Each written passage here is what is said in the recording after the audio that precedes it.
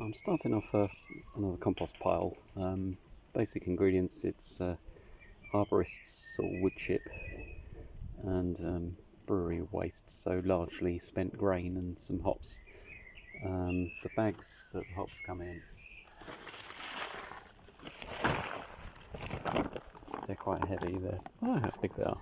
You can get quite a few litres in there. It's probably about the same as a sort of, I don't know, 60 litre bag of compost sort of size.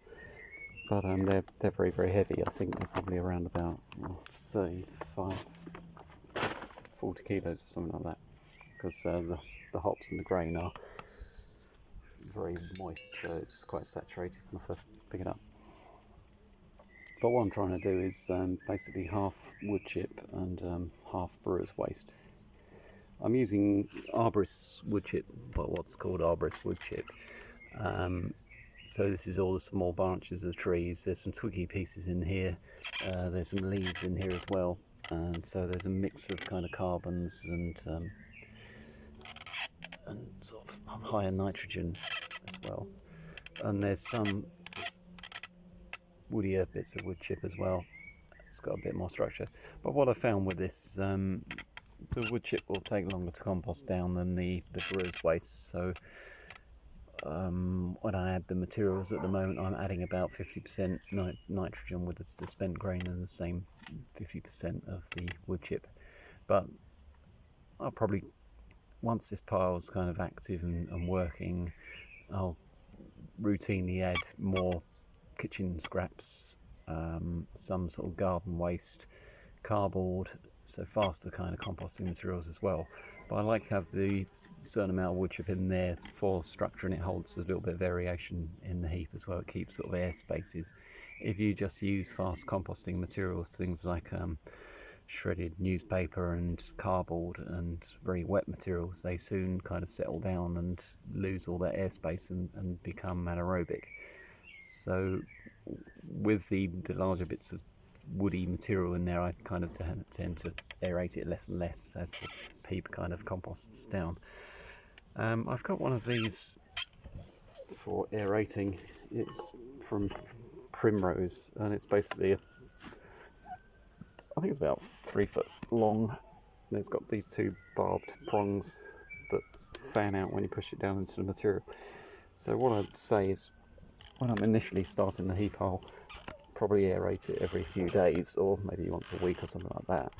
But then as the heap progresses, I'll aerate it less and less and less, and what happens, more worms will break down, or worms will start appearing in the material and then breaking it down.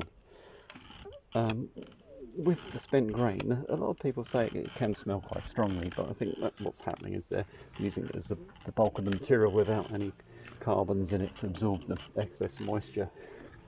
I don't tend to water heaps. You can see there's some drier bits in here, but because the grain's so moist, the moisture's being absorbed by the wood chip itself. So as maybe after 4 to 6 weeks, as this is breaking down,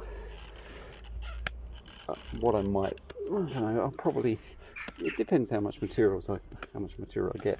At the moment I'm picking up about 3 or 4 bags of spent grain every week, so it's really, if I've got enough space to compost it, either I need to start emptying these bins to make more room.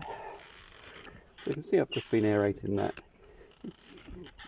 It's already more consistent in terms of the distribution of grain and wood chip, and it's gone slightly darker colour because the wood chip's starting to absorb any of that excess moisture. Now this is just been added today, and the temperature is up to 55 degrees Celsius. So with this kind of material, I'd expect to get up to about 71. If you keep feeding it things like waste from market stalls, lots of kind of green cabbage leaves and apple kind of cores and things like that, you'll probably get hit maybe 81 if it's aerated. So it gets really, really hot, and you can kill weeds in here as well, but I'm not really too worried about that because I haven't got many weeds in the first place. So what I'm basically doing is trying to generate enough material to keep the worm beds sort of filled up. So the process I use is basically, a little bit of plastic in there. That's just from one of the bags. Phew. Yeah, so once this is about 4 weeks to 6 weeks old, I'll start bagging this up and then using that material to add fresh contents to my worm beds.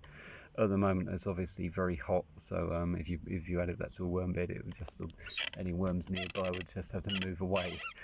And it's only when it's started to compost down and the temperature's gone down that the worms start moving in. But with these bins, the worms are already moving on their own anyway, so you can kind of tell. You don't need a thermometer. But I kind of like to keep track of the temperature.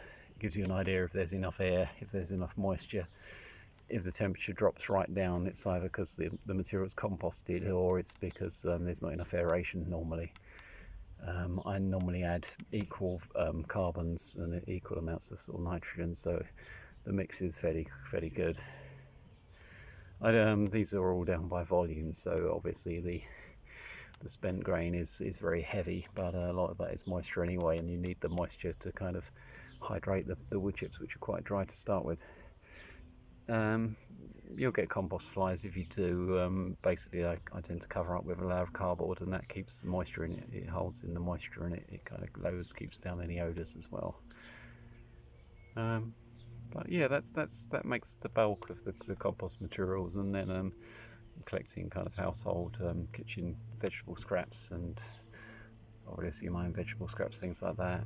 And if I get any cardboard and paper, I'll also add that as well. So every time I add a kitchen caddy's worth of stuff, I'm adding an equal amount of cardboard. But this has been really good. After 6 weeks, this can go into one of my bathtub wormeries, and then that's sustained enough food in there for probably 6 months easily, probably up to a year, I would have thought. But with the bathtub wormeries, I'll just occasionally add food as well, and maybe do once a week or twice a month kind of inspection and feed as well.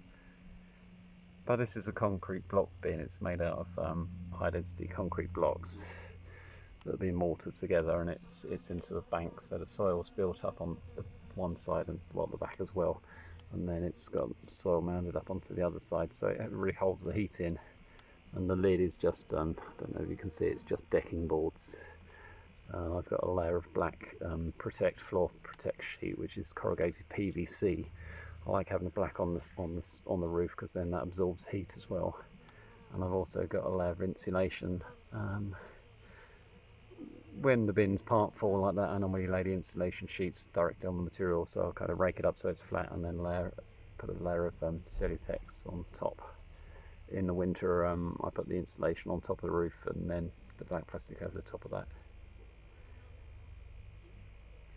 But this kind of material is quite good because you've got so much heat in there with the carbon, and you can use things like nitrogen. You can put urine on here as well, and that helps to activate it, and you'll get a lot of heat from here. And obviously, because the wood chip will take a long time to break down, what's that little flying ant? It will maintain a lot of heat for a considerable time as long as you keep adding nitrogen to it. But anyhow, that's the basic recipe for what I put into my worm beds, and they've been so successful. So basically, you're starting off a hot compost heap. Once the heat's gone down, you can put those into those bay alarm crates in the ground, and then the worms will just naturally come along. And the more organic matter you've got in the soil, you'll have more cocoons and more worms, and a much higher population of worms, and they'll move in readily into that material. I'm also using the 25 litre containers with the lids cut off, and then burying those under the palms. And what's quite good about those is when the material is ready to harvest, if you remove one of those containers, you either make worm tea from the castings or use that as a sort of top dressing around larger kind of plants in the garden or on your allotment. And then once you add the new material, then the worms from the surrounding beds will kind of radiate towards that source of food. Because you've got the volume and the depth, you'll be able to have a population of worms in there for many months without any need to top up.